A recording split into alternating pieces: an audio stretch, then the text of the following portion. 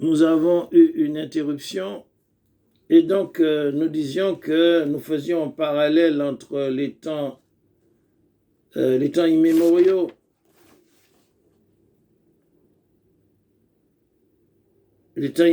de la Jahiliya, de l'époque de l'ignorance, du paganisme, et nous faisions un comparatif avec Haïti, civilisation fascinante aux profondeurs abyssales d'une mystique des temps immémoriaux.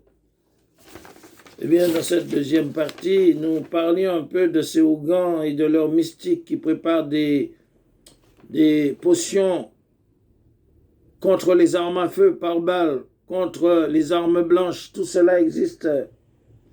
comme ça existait aussi au temps d'Ibrahim,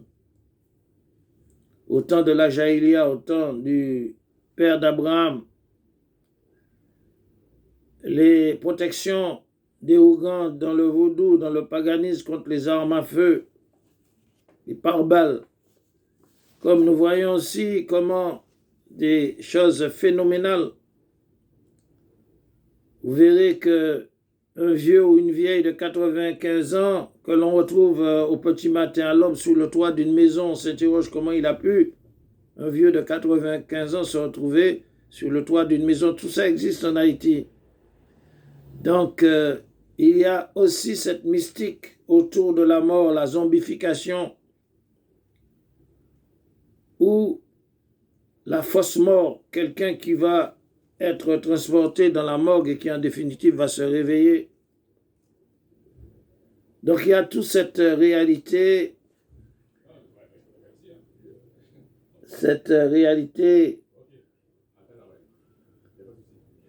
tous ces voyants et ces voyantes, ces prédicatrices qui annoncent une catastrophe, comme nous avions vu au temps du prophète Ananias. Sous cette réalité du baron Samedi, baron du cimetière, nous avons toute cette ruée vers le syncrétisme, Notre-Dame du perpétuel secours et le rara du vaudou des masses et leurs mouvements qui tournent sans savoir où aller, mais qui sont à la recherche de quelque chose. Cette lumière qu'Abraham cherchait en examinant le sauterelle, il disait, c'était pas mon Dieu, en organisant les astres, et Dieu lui dit, eh bien Abraham, tu me cherches, me voici. Et donc cette lumière s'est manifestée aussi en Haïti, à travers l'islam, que les Haïtiens découvrent et qui sont des centaines de milliers maintenant. Et donc, parce que Haïti, qui est, comme nous l'avons dit, la fascination d'une civilisation au profondeur abyssale, d'une mystique des temps immémoriaux, eh bien, Haïti se cherche. Tout ce mouvement en Haïti, ce mouvement mystique, ce rara, c'est l'attente de messages. L'attente de messages qui pourtant est déjà là, puisque l'islam est déjà en Haïti, le message mohammadien qui est déjà en Haïti et qui va apporter un correctif aux attentes des Haïtiens qui sont...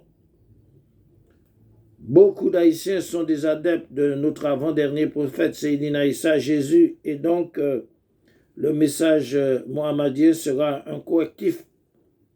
aussi de la mauvaise orientation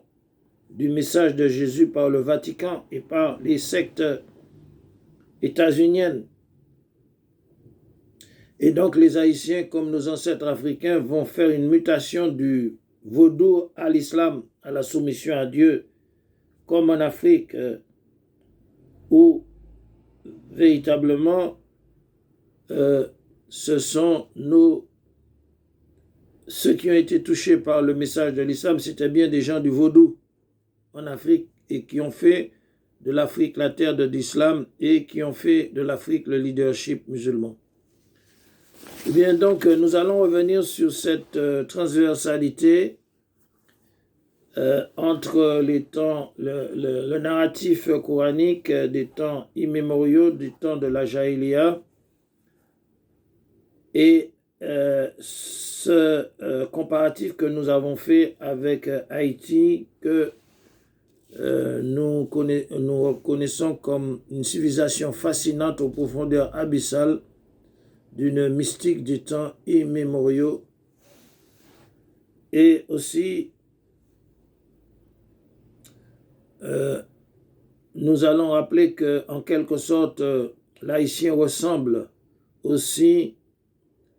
de par son code d'honneur aux Arabes, ressemble aussi au code d'honneur, comment dirais-je, des gens du croissant fertile, parce que quelque part Haïti a ses racines là-bas. Dans l'Orient, c'est l'Afrique, l'Afrique, c'est l'Orient, c'est à un moment donné, il y a une séparation. Et donc, les Haïtiens, quand on les voit, ils ont un code d'honneur, ils sont porteurs d'une attente, et que cette attente, elle se matérialise progressivement par l'acceptation, comme nos ancêtres africains, de l'islam, puisque c'est cette mutation du vaudou à l'islam qui a fait que des grandes personnalités, des tribus, des élites africaines, ils ont choisi l'islam après l'avoir analysé, comparé avec les croyances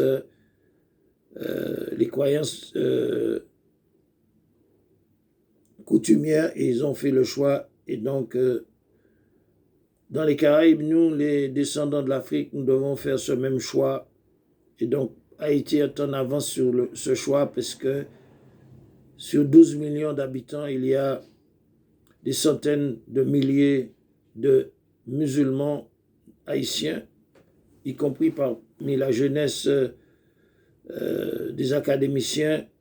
Et donc, c'est un grand espoir, et c'est ainsi que nous avons porté cette réflexion, puisqu'il y a le Centre islamologique africain caribéen de recherche et de la pensée musulmane, qui, à travers la pensée musulmane, doit transcrire une littérature qui ne sera pas cette littérature de nos ancêtres les Gaulois, cette littérature qui vient de la civilisation étrangère, mais c'est une littérature qui se nourrit de nos paradigmes, de notre univers, pour raconter autrement le Caribéen, pour raconter autrement l'Afrique, pour raconter autrement l'histoire dans nos écoles, dans notre éducation, qui sera fondamentalement différente que l'éducation matérialiste. Et donc, c'est pour ça que nous avons réservé cette réflexion qui participe à la construction d'une littérature caribéenne musulmane, dans la recherche de la pensée islamologique africaine, caribéenne, et dans la recherche, assalamu alaikum wa rahmatullahi wa barakatuh.